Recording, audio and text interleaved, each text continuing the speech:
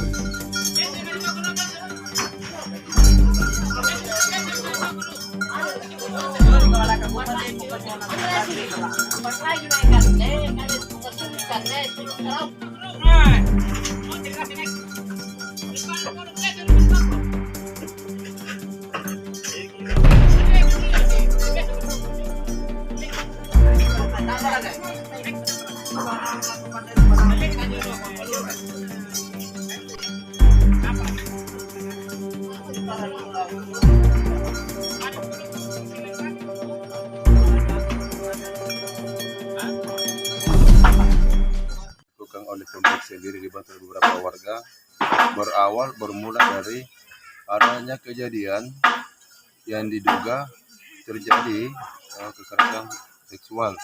Kita belum bisa pastikan apakah itu cabul, apakah itu pemerkosaan, karena sampai saat ini korban masih dalam penanganan pihak medis. Kenapa sehingga rumah terduga pelaku dibongkar dengan pemiliknya? Jadi sudah ada kesepakatan baik dari pihak korban maupun pihak terduga pelaku, dan ada hubungan keluarga. Begitu jelas ada ini rumah korban di depan, rumah dibongkar ini rumah pelaku, dan ada hubungan keluarga. Intinya rumah ini dibongkar tanpa ada paksaan atau kekerasan apa. Ini sudah ada kesepakatan kedua belah pihak, dan pihak korban sudah menyerahkan sepenuhnya kejadian ini ke pihak yang berwajib, dalam hal ini kepolisian Polres Jeneponto. Untuk baik, jadi sampai saat ini pembongkaran rumah ini dilakukan oleh pemilik rumah atau keluarga terduga pelaku, dibantu beberapa oleh warga sekitarnya. Oh, jadi salah satu warga menyampaikan bahwa ada kejadian yang seperti ini, apakah itu pelecehan seksual atau cabul dan semacamnya, sehingga kita tindak lanjuti, kita cepat turun ke lapangan, dan alhamdulillah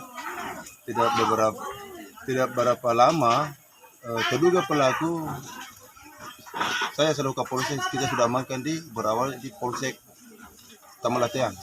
Lalu karena ini anak di bawah umur, otomatis penyidikannya itu ke Polres Jeneponto, karena di Polres ada namanya unit PPA, Kodim Perpendagangan, sedangkan Polsek belum. Kejadiannya kemarin, hari ini Senin, kemarin sekitar 17.00 jam 5-an. Kejadian. Jadi setelah ada kabar informasi, jadi baru kita mau jumpa dia, dia menjadikan diri. Jadi untuk Terima kasih sudah nonton. Jangan lupa like, subscribe, dan share ya.